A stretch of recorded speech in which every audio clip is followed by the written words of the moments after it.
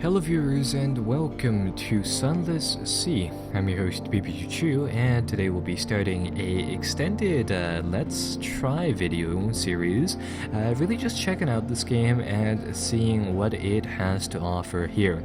So anyhow, Sunless Sea here will be available on Steam's Early Access program on July 1st, 2014, and well, this game caught my eye, mostly because of the fact that it's a story-driven game. It's a game about exploration, survival, all set inside this gothic steampunk type of Victorian era universe, and in a sense, for lack of a better way to communicate the theme or the general atmosphere for the game, I'd say think of something like Lovecraft's work, like Call of Cthulhu, things like that. In general, I mean, the title screen here overall gives us a good sense of the intrigue and the mystery behind the game, if you will. There.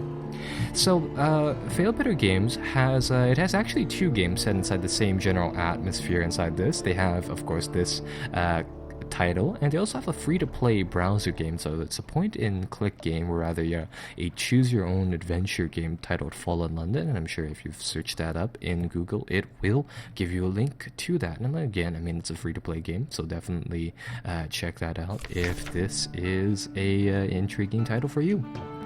So, Fallen London, or Sunless Sea here, plays out as a sort of a genre hybrid. On one hand, it is one of these open-world piloting RPGs, for lack of a better term, and on another hand, it takes some of the elements from its predecessor, in that it does have some of those choose-your-own-adventure story elements there.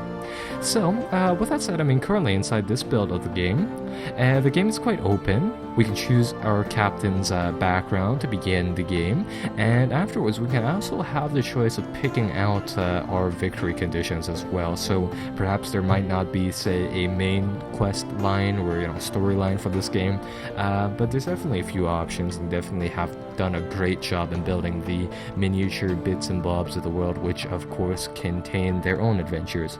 So let's begin, and let's create our captain by choosing out a past for him and going from there. I actually searched up the genre title for what these, I'd say, trading and privateering games would be, and the closest thing would be a space trade and flight sim. So think of things like Elite and perhaps the recent X3 series, and you'll get a general idea of the overworld gameplay for this title. So anyhow, going back to the story, here were the options here for choosing our captain. We have a few different backgrounds we can choose, and these will determine our original starting point for the game. We can be a street urchin, a poet, a veteran of the campaign at 68, an ordained priest, and a natural philosopher currently here. So, inside the game, the game is based on a few stats up here. That's iron for damage in combat, really. Mirrors, which helps with illumination abilities in combat. That's effectively your accuracy. We have pages, which is stuff about researching fragments and secrets and stuff and such like that. That's also fairly important. We have veils here, which is speed, stealth, and deception. And we have hearts, which is inspire, heal, and defend, which is pretty much self-explanatory there to an extent. So anyhow, all of these options correlate to one of those stats there, and the general idea behind it is that they also have a few extra goodies for us to go with, and I think we'll take out this background here, the veteran of the campaign of 68, and we'll just really begin and check out the game from there. Now, I should have talked a little bit about this earlier, but the general premise for the game is that you are rather the 33 decades ago inside this alternative world. The city of London was snatched up and effectively transported into this subterranean sea, very deep under the crust of the world, into this vast dark ocean filled with previous denizens and various bits and bobs here and there for what remaining boat captains, which were of course left inside the docks here, were built within the 3 decades to explore. And the game just really goes off of that note and really just sort of sets you off there. So we've chosen a background here. We're given some stats, so now we have 55 iron. we gained one shady cook, some echo, and we gained a few traits for our guy, and the game pretty much gives you the option to do whatever you like really from this point, at least inside this build. So one of the things that you can do, or rather one of the things that you can do inside the game, is that you can choose your own ending point, meaning that we have an option from currently 2 different victory conditions, although that looks like that'll expand up to 5 later on. Currently we have the goal of fulfillment, which is gather 100 tails and effectively just really explore the ocean for all its content, or alternatively we can choose to amass wealth and to go from there, and I think we'll go for fulfillment. But let's just check out some of the other items that will be available later on. We can evidently find our father's bones and return them to London for a decent burial as an option. So again, like I said, I mean, this game is quite focused on exploration, so there's definitely that element there. We can try to build a private kingdom, or alternatively try to find the uttermost east and see what lies beyond the map's edge there. I don't think we'll be able to, of course, do that inside the preview build, but that would also be a very, very exciting one to do. So I think we'll just lock in fulfillment here, and of course these objectives inside these open world games are more or less arbitrary. You can feel to do them if you'd like, or just in general explore the wonderful world that they've built us here. We can also choose how we'd like to be addressed as, and I think we'll just go with Captain, and choose our little profile picture, and I think we'll be the Bioshock diver type of person, and we'll name ourselves appropriately, and we'll just go from there. So at this point, the game really just opens up, and you can do pretty much whatever you'd like here. We can, of course, set sail and begin exploring immediately, or alternatively, we can check up on our lodgings, see what's going on here, or explore the city itself to an extent. Currently, there's a few different places where we can hire more crew, put our ship for repairs, and in general do things like that, but there's not, say, terribly much to do in London just as of this moment right now.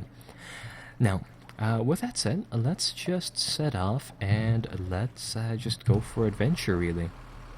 So, how this game really works is that, again, it's mainly based on exploration. So what we want to do here is we want to build up our map here. So the chart button is just right here. We can open that up. Currently, as you can see here, we have the Port of Fulham, London discovered, and a docks area discovered as well. Going from here, one of the best ways to really build experience points inside the game, titled Fragments, is to simply just find new things and explore the curiosities present within the world that they've generated for us here. Now, of course, one of the easier ways that you can grab a few of those experience points, again titled Fragments Easy, is to come down here into the second port of the Fallen area and discover the Department of Menace Eradication Echo Bazaar immediately, and that'll grab us a nice 52 fragments right away. So, talking a little bit about HUD elements, because they are pretty critical inside the game. The game actually plays out as it has the option to play out as a sort of a roguelike title as well, in that, and I should have probably done this at port beforehand, but if you die, you do actually lose your ship and you do have to start over, but you can carry over one crewman, a skill, or I believe one item or something along those lines. I'm going to remove the hardcore mode, the roguelike features, if you will, right now, so that hopefully if we run into anything, nothing terribly bad will go on. So we'll collect the messages for from the harbor master. It looks like someone wants to sign on to our ship right now. It's something that's changed inside the sea area here. Looks like there's a quest opened up here, so we'll check out that later on, but right now all we want to do is we want to switch the game to the merciful mode, like here. And I've already made a save file evidently earlier on, so we can save the game like such. So, let's see what this quest line is all about, a little gift, and really just go from there. So I've already checked out this one before. It has the option to give you a few free gifts for, I'd say, very little risk here. I guess I'll just narrate these bits here and there as we go along. A very fine evening to you, Captain. My, what you might call mentor is very fond of your adventurous Z captains, and he would like to offer you what you might call a dispensation. On account of he is so fond of the Z captain, behind the blind bruiser on the dock stands a dray piled high with fuel and supplies. We have the option of accepting this, inquire further, or alternatively refuse, and I think we will inquire further. So this person here, he says, he runs a very fine and liberal establishment just across the river, what is much patronized by sailors and men of wit and vinegar, a public house, and there's no need obligation to speak of. My patron would hope only that you might remember him kindly, and I suppose the opportunity should arise should you return his kindness when the opportunity arrives, I suppose. And I think we'll just accept gifts, and evidently we've gained 5 supplies and 10 fuel, which will definitely help us out here and there. So we have what we need from Fallen London, so let's go out and let's take a look at some of the HUD elements just to go over just in general how they work and what we can do with them.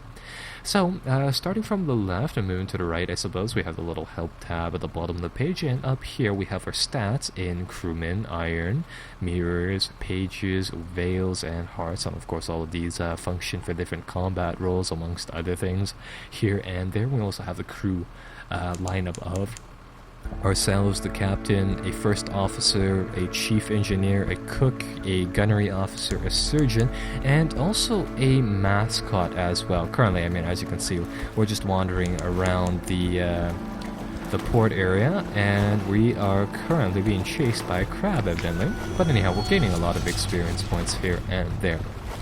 So, I think we'll talk a little bit about the HUD later on, because currently it looks like we have a fight on our hands, and I think we'll fight this, this Megalops for whatever it has on its person, and of course some more of the experience points inside the game, of course measured in fragments here.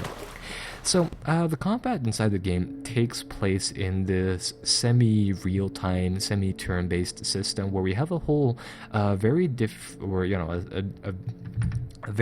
different moves that we can perform, and with these various moves we effectively want to illuminate our target, and then we want to do some damage in the form of either crewman or hull to take out the enemy foe here.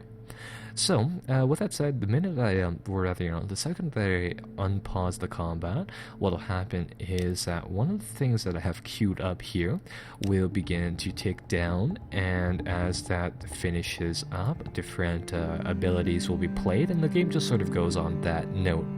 So, with that said, it's this tactical combat system where you can queue up various different movements here and there if you'd like, and depending on, of course, what happens inside the previous moves, these chains of different tiles, if you will, the action cards is what I like to call them, fire off, and really different actions come about here.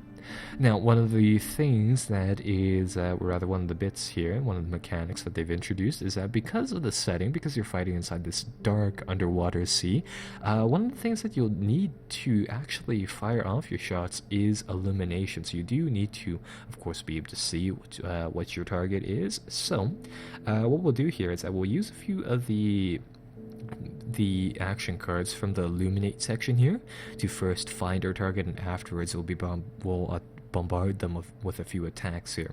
So, just going off the cards briefly, we have Seek. These illuminate spells are of course all based upon our stats up here, titled Mirrors. Currently we have 25 of that, and these are Seek, Flares, and Potent Flares. Potent Flares and Flares here illuminate both us and the target, although it illuminates the the attacker, rather the defender, the person that you're using it on, more so than yourself, of course. And potent flares is just a better version of it, although it does use up 1 unit of fuel, which of course is something that we need to keep our engine running.